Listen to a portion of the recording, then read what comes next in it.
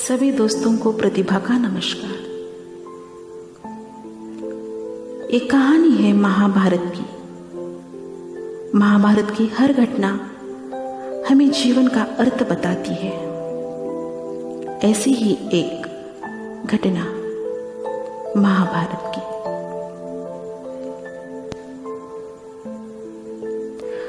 अठारह दिन के युद्ध ने द्रौपदी की उम्र को 80 वर्ष जैसा कर दिया था, शारीरिक रूप से भी और मानसिक रूप से भी।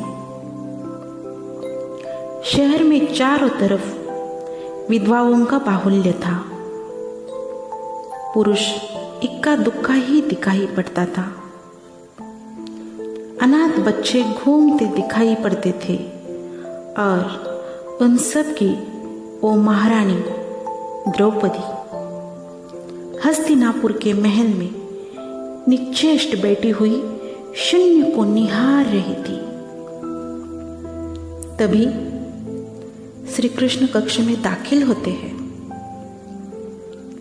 द्रौपदी कृष्ण को देखते ही दौड़कर उनसे लिपट जाती है।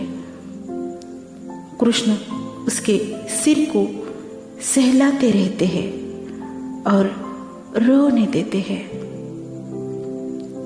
थोड़ी देर में उसे खुद से अलग करके समीप के पलंग पर बैठा देते हैं। यह क्या हो गया सखा? ऐसा तो मैंने नहीं सोचा था। नियति बहुत क्रूर होती है पांचाली। वह हमारे सोचने के अनुरूप नहीं चलती। वह हमारे कर्मों को परिणामों में बदल देती है। तुम प्रतिशोध लेना चाहती थी और तुम सफल हुई द्रौपदी। तुम्हारा प्रतिशोध पूरा हुआ। सिर्फ दुर्योधन और दुशासन ही नहीं, सारे कौरव समाप्त हो गए। तुम्हें तो प्रसन्न होना चाहिए। सखा, तुम मेरे घावों को सहलाने आए हो या उन पर नमक छिड़कने के लिए?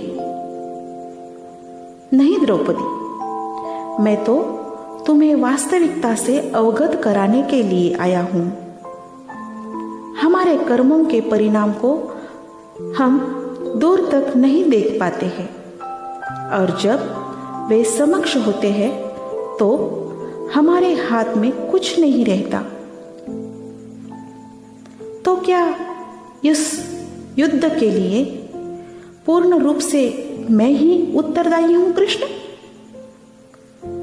नहीं द्रौपदी, तुम स्वयं को इतना महत्वपूर्ण मत समझो। लेकिन तुम अपने कर्मों में थोड़ी सी दूरदर्शिता रखती तो स्वयं इतना कष्ट कभी नहीं पाती। मैं क्या कर सकती थी कृष्ण? तुम बहुत कुछ कर सकती थी। जब तुम्हारा स्वयंवर हुआ तब तुम कर्ण को अपमानित नहीं करती और उसे प्रतियोगिता में भाग लेने का एक अवसर देती तो शायद परिणाम कुछ और होते। इसके बाद जब कुंती ने तुम्हें 5 पतियों की पत्नी बनने का आदेश दिया तब तुम उसे स्वीकार नहीं करती तो भी परिणाम कुछ और होते। और उसके बाद तुमने अपने महल में दुर्योधन को अपमानित किया कि अंधों के पुत्र अंधे होते हैं। वह नहीं कहती तो तुम्हारा चीरहरण नहीं होता। तब भी शायद परिस्थितियां कुछ और होती। हमारे शब्द भी हमारे कर्म होते हैं द्रौपदी, और हमें अपने हर शब्द को बोलने से पहले तौलना बहुत जरूरी होता है।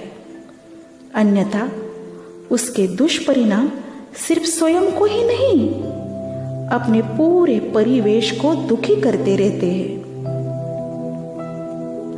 महाभारत की एक कथा हमें ये संदेश देती है दोस्तों, संसार में केवल मनुष्य ही एकमात्र ऐसा प्राणी है जिसका जहर उसके दांतों में नहीं बातों में होता है। इसलिए शब्दों का प्रयोग सोच समझ कर करें। ऐसे शब्द का प्रयोग कीजिए जिससे किसी की भावना को ठेस ना पहुंचे। धन्यवाद।